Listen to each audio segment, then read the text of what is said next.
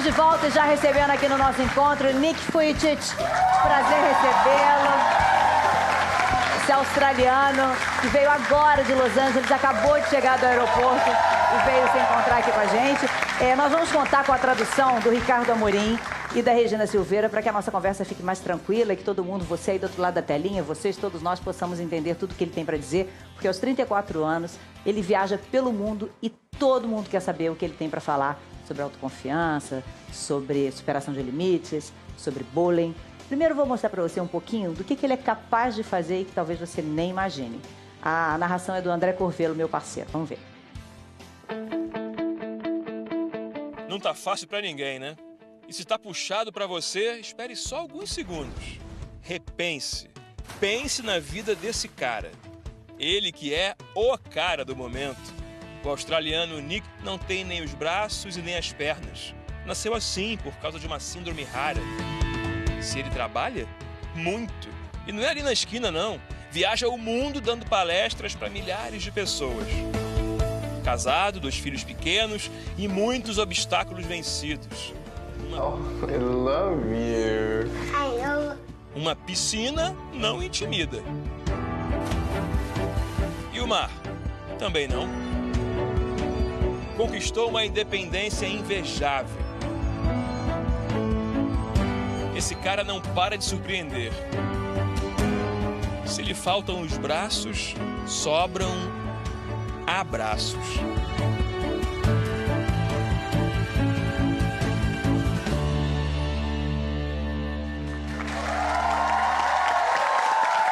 Agora a gente vai poder começar a ouvir o que o Nick tem para dizer.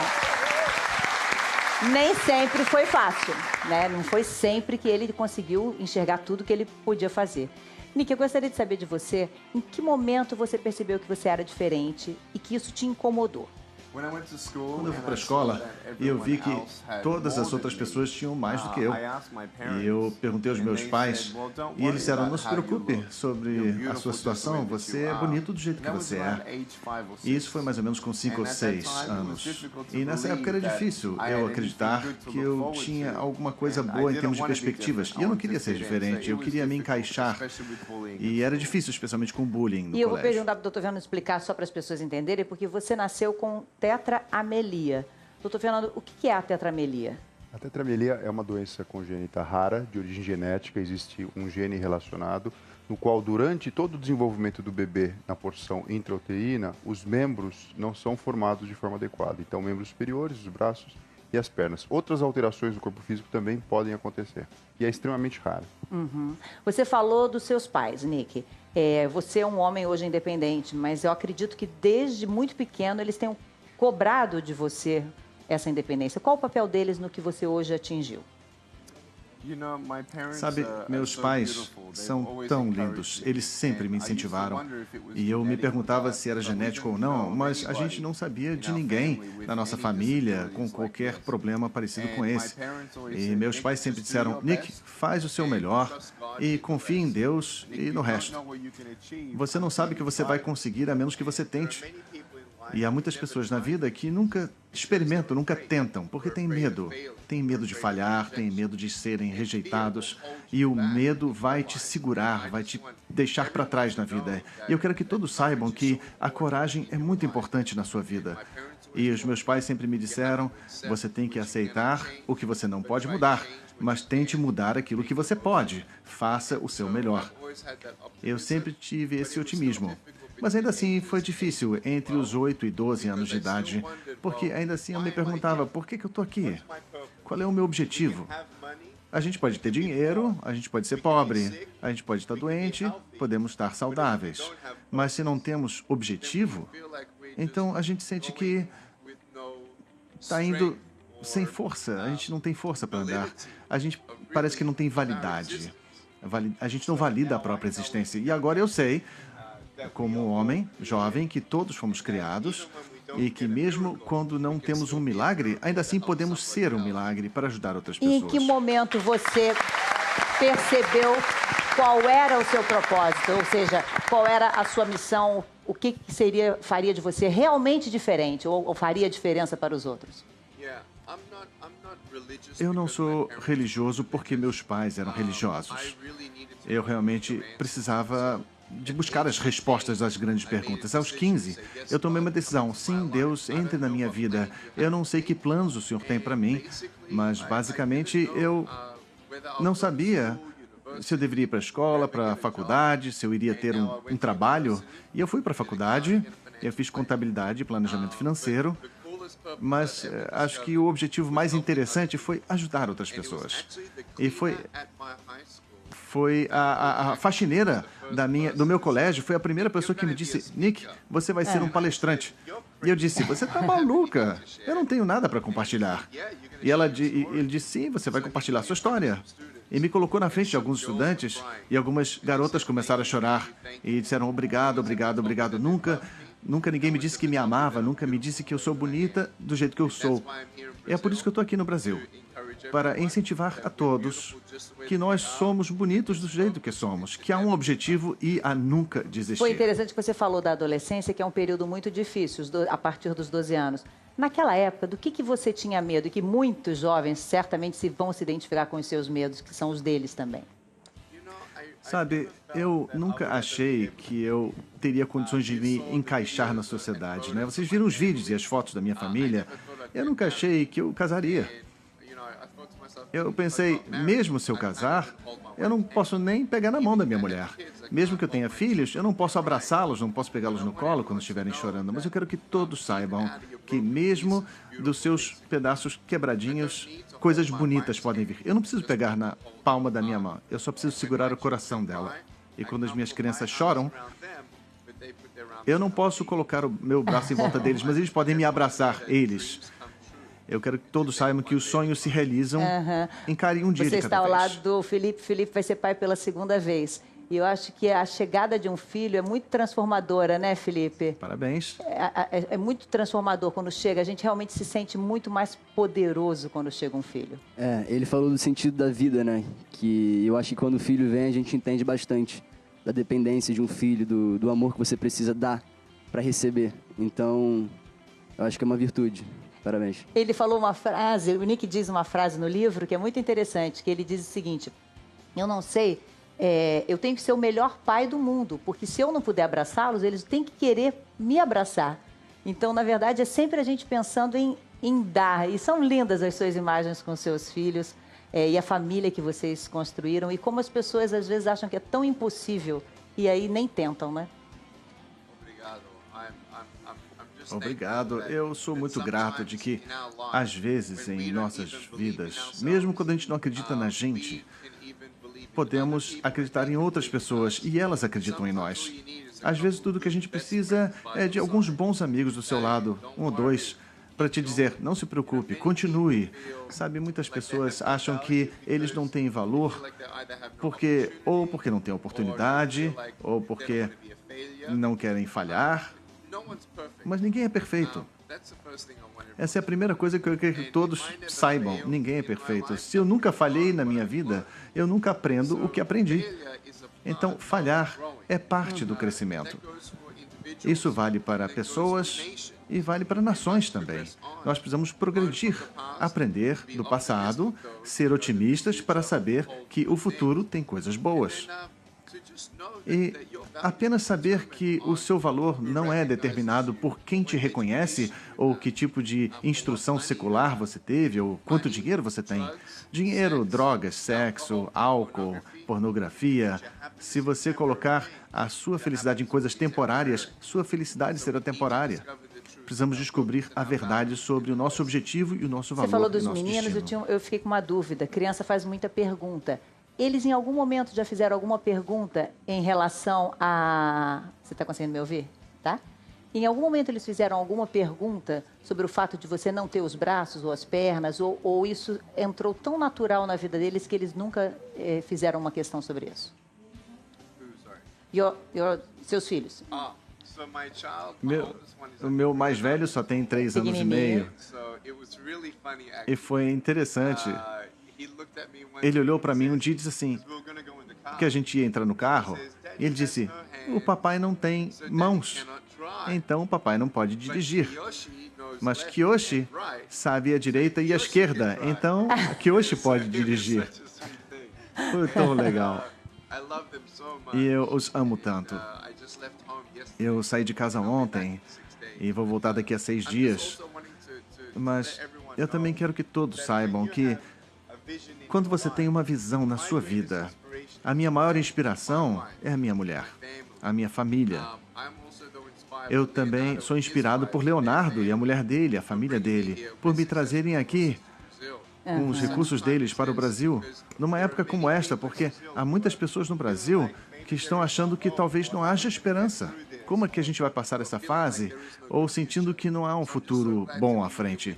Por isso, eu estou feliz de estar aqui com eles para plantar essa semente, para saber que, olha, sim, sonhos se realizam. Continuem, façam o seu melhor. Vou mostrar para todo mundo agora a história de um menino para quem o Nick é muito inspirador. Você já esteve com ele, eu tenho até uma foto de um encontro que vocês tiveram.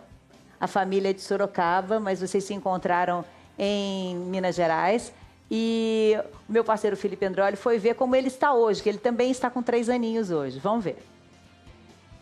Fátima, a gente veio até Sorocaba, aqui no interior de São Paulo, para conhecer essa família aqui. Papai Marcos, mamãe Thalita e o Heitor. Heitor, vamos lá conhecer sua casa? Conhecer sua história? Fala, bora. Vamos. É, tá certo. Daqui a pouco ele relaxa.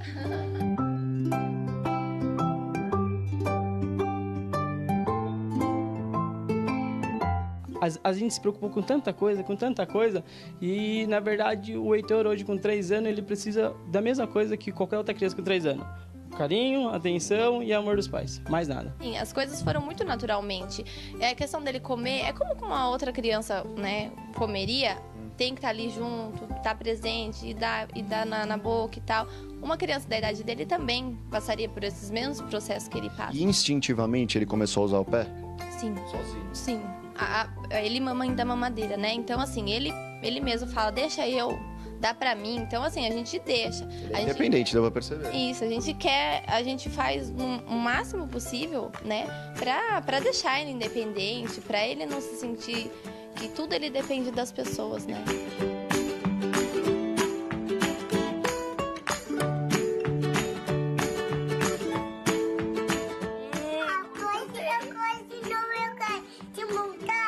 Eu, sinceramente, eu fico pensando todo tempo assim, o que eu posso fazer para o meu filho conseguir tomar um banho sozinho? O que eu posso fazer para o meu filho usar o banheiro sozinho? O que eu posso fazer para ele se sentir o mais independente possível sozinho? Como deu pra perceber, o Heitor gosta muito de videogame. Todo dia você joga um pouquinho? Todo dia. É? Um pouquinho?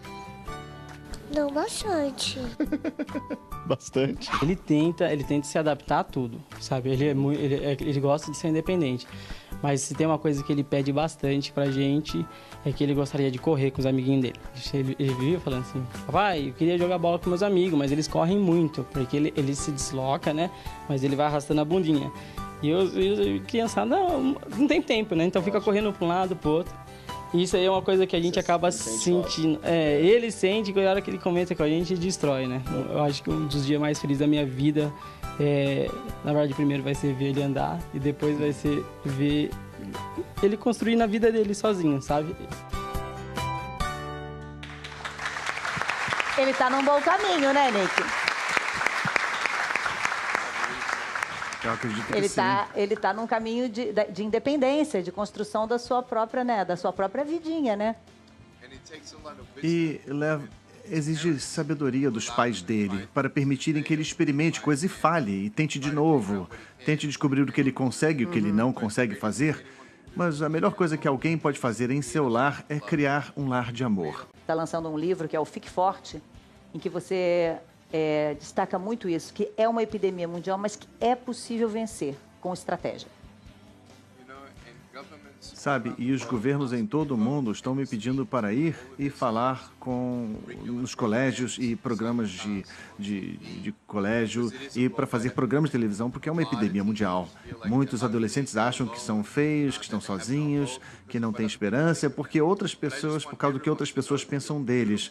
Mas eu quero que todos saibam que você é bonito e bonita, e você não precisa ser aquilo que você não é. Seja o melhor que você pode ser.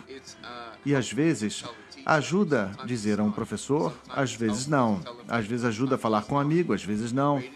Mas o que é importante que todos podem fazer quando estão sofrendo bullying é amar a si mesmo e se dar a oportunidade. E seja o seu melhor amigo, não seja o seu pior inimigo.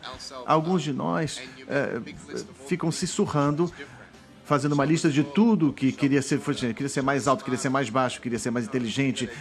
Você tem que se aceitar e ser o seu melhor amigo. É verdade. Você está ali... e às vezes é difícil a gente ser amigo da gente mesmo, né? Às vezes a gente é muito cruel com a gente mesmo e só enxerga quando os outros são, mas a gente não vê. Não acontece muito isso de a gente ser, né? Nós mesmos sermos os nossos algozes? A gente, Felipe e eu, a gente trabalha numa profissão muito cruel, né? Muito difícil, então é um dos motivos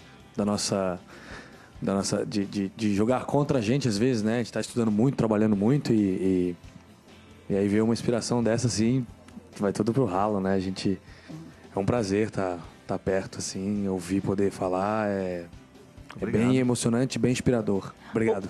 O Caio faz, o Nick lidera uma campanha mundial contra o bullying em que as pessoas postam uma hashtag Sou Mais Que Isso. E você postou um vídeo falando Sim, disso. Postei um vídeo falando do bullying de quando eu era jovem, eu mudei de cidade muito jovem, né? Eu nasci no Rio, mas eu fui para São Paulo com 10 para 11 anos e sofria um bullying por conta do sotaque diferente, um bullying forte que fazia eu não gostar de ir pro colégio algumas vezes e tive acompanhamento inclusive de psicopedagoga no colégio e tive um bullying muito grande também, tá mostrando a foto ali, por conta de espinha. Eu tive muita espinha na adolescência e a parte de se sociabilizar com amigos em festas, tinham festas que eu não queria ir, algumas vezes não quis ir para o colégio por conta de muita espinha. Enfim, foi um momento complicado da adolescência, mas meus pais sempre me ajudaram muito. E às vezes é uma coisa que a gente hoje fica parecendo tão pequena, mas que na época incomoda tanto, né? Exatamente. É tão grave. Elba, você enfrentou algum bullying? Suas filhas enfrentaram, filhos? E por incrível que pareça, sim. Elas tentaram esconder o máximo, mas eu acabei colocando a escola, né? Mas nada demais também, porque elas souberam se colocar também, elas sabem se colocar. Elas não alimentaram isso. Mas eu senti quando eu chegava na escola, numa festinha, por exemplo, que eu chegava perto delas, elas saíam pequenininha, então assim, de mas perto. Por ser filha de alguém famoso? Por ser filha de alguém famoso, por serem adotadas. É uma coisa terrível essa história de bullying, né? Uma falta de humanidade, falta de respeito, falta de amor, né? Falta de amor ao próximo. Exato. Você também já tiveram um problema com filhos? Alguma coisa relacionada a bullying, o seu, Geraldo? Não tem. Também não me lembro disso. Não. Eu tive comigo, porque... De repente, se eles tiveram, eu nem soube. Não soube. De repente, a gente fica essa tensão. A gente tem que ter realmente... Talvez eu não fui o pai devido, mais importante. Mas, ao mesmo tempo, eu sinto que está tudo resolvido. E você falou que você mesmo sofreu? Eu sofri, mas sofri porque sempre eu era tido... Eu sou da cidade de São Bento do Una, cidade pequenininha. Quando eu ia para morar no Recife, já falavam muito mal gozavam o meu sotaque. Aí eu trazia a minha cultura gonzaguiana, ibérica, que lá tem no nosso sertão e tal e coisa, mas ridicularizada. Então eu teria que ser um cara de cantor de rock and roll, essa da época de Elvis Presley, entendeu? Então tudo que era isso. Aí quando chega por aqui também tinha. Diminuiu aqui no Rio. Quando a gente chegou, começou a fazer o primeiro disco da gente, teve esse problema, o pessoal chama a gente de Paraíba. Isso eu também tive um pouco. E isso dentro do mesmo país. Acho que você podia... tem muita gente jovem aqui, muitos pais em casa, aflitos e ansiosos. Do que é possível fazer? Que dica você dá normalmente? No livro eu li várias. Você sempre põe um conselho do Nick no fim. O que você podia dizer para as pessoas que elas podem fazer por elas mesmas? Muito rapidamente, muitas pessoas dizem: é fácil para você, Nick, porque você vive na Califórnia ou porque você cresceu na Austrália. Uma das pessoas mais inspiradoras da minha vida é o Sr. Edson Bueno, que ele era engraxate. Aos 4, ele foi atropelado por um carro aqui no Brasil. E nem o seu pai ou os seus avós eram educados, mas ele disse: eu vou ser um médico, um doutor. E ele foi para o colégio e ele trabalhou bastante e conseguiu bolsa na Faculdade de Medicina e ele iniciou o seu primeiro hospital aos 33 anos de idade. Ele foi a primeira pessoa que me trouxe ao Brasil e agora ele tem dezenas de milhares de empregados aqui no Brasil. Então, eu queria dizer aos pais que eles têm que entender que isso funciona em qualquer lugar. Amar a você mesmo, fazer o seu melhor, falar com seu filho ou sua filha sobre isso. Não só dizer, você está sofrendo bullying, você está fazendo bullying com alguém. Sabe? Olha, me fala sobre bullying, me fala sobre seus amigos, me fala sobre o pessoal no colégio, me fala da sua escola. Se eu for na sua escola, o que eu vou ver? E por que você acha que as coisas acontecem desse jeito? E ter uma conversa. Muitos adolescentes gostariam de ter uma conversa. Se você não ficar dizendo, você sofre bullying, você faz bullying, aí eles não querem falar, mas se vem de um outro ângulo. Escuta, como é que está no colégio? Me fala dos seus amigos. Não diretamente sobre ele, né? Mas algo mais em torno dele. Não diretamente. Então, com o tempo, eles acabam se abrindo. E, com o tempo, você pode plantar sementes em seus corações, para que eles saibam que a gente não sabe o que passa por um adolescente no colégio. A gente não sabe se ele está sendo abusado sexualmente em casa, se tem um pai alcoólatra. E muitas histórias trágicas, eles lá não sabem. E quando a gente percebe que a nossa negatividade pode afetar alguém, até o ponto em que as pessoas acham que devem cometer suicídio, eu tentei cometer suicídio aos 10 anos de idade, né? E fiz uma cara forte, mas por dentro você está quebrado. Precisamos entender, quando você não tem nada bom para dizer, não diga nada. Não, ficar provocando não é legal rebaixar as pessoas. Não estou dizendo que as pessoas devem ser amigos de todo mundo. E você recomenda que o jovem converse com o seu algoz, com o seu bully, que ele diga que não está gostando, ou que ele procure alguém mais adulto, ou que ele faça uma conversa franca, direta? É uma coisa boa você falar para a pessoa, ei, dá para você parar de fazer isso? Às vezes funciona, às vezes não funciona. Falar para um professor, às vezes funciona, às vezes não. Eu acho que mais programas com base em valores podem ser levados aos sistemas educacionais. Estou falando com 6 governos atualmente na Europa e eles estão colocando o meu currículo lá, não para ensinar academicamente a criança, mas para falar sobre responsabilidade, sobre autoestima, sobre identidade, bullying, empreendedorismo, liderança. Eu estou tentando fazer a minha parte para ajudar todos a saber que, olha só, eu não tenho braço, não tenho perna, mas você pode fazer um monte de coisas. E você seria uma aula de cidadania, praticamente, né? Vou apresentar uma outra história bonita aqui.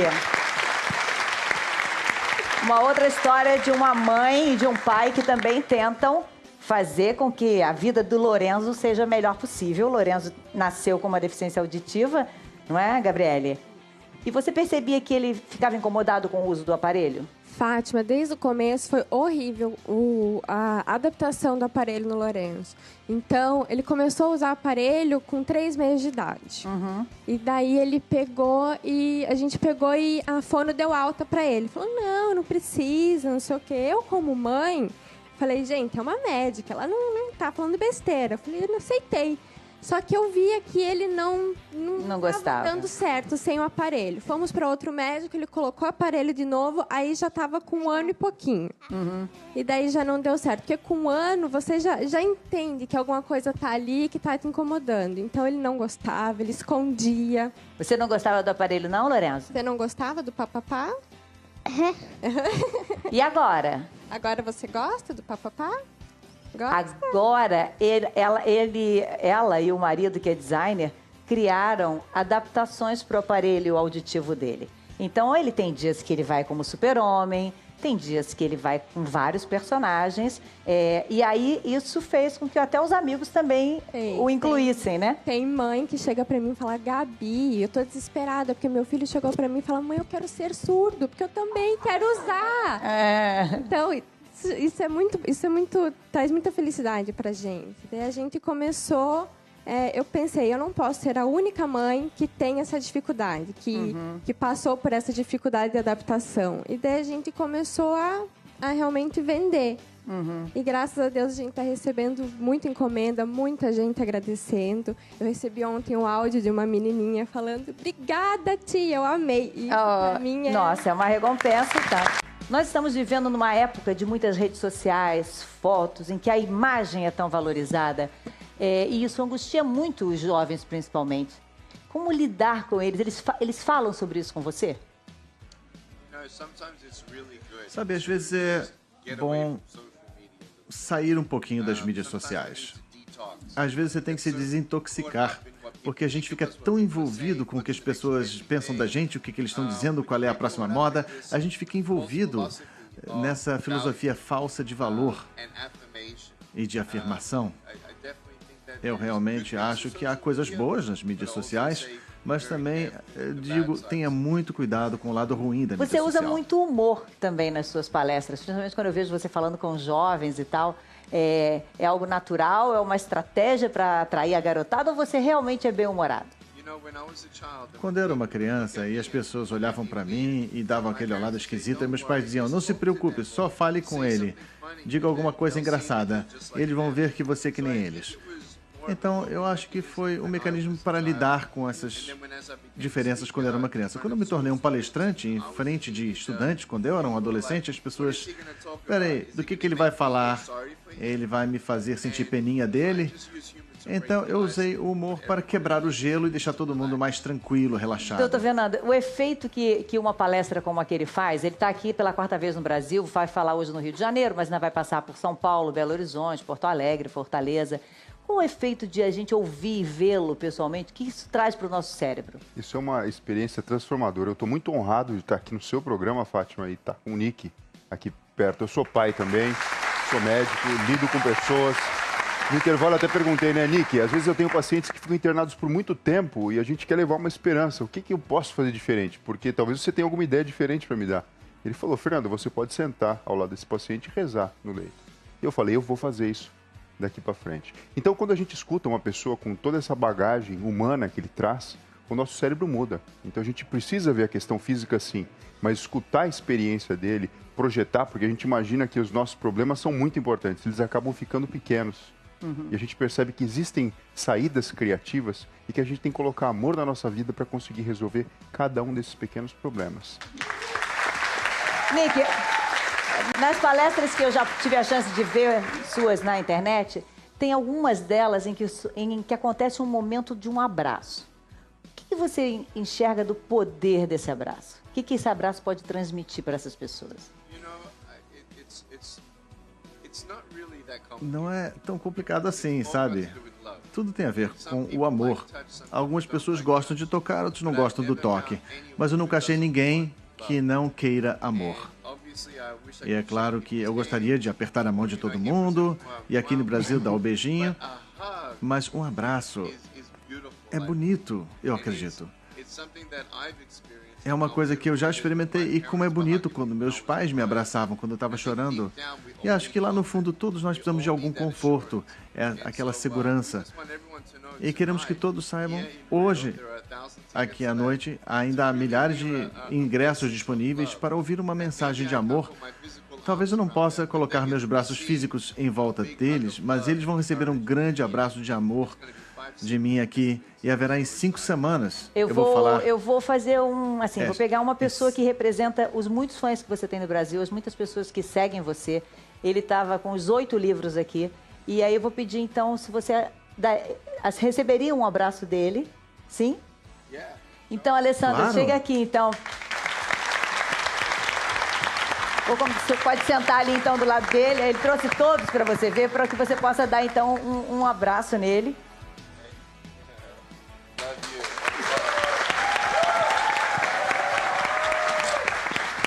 Você já tinha visto, Alessandro, cenas de um abraço? Sim, Fátima.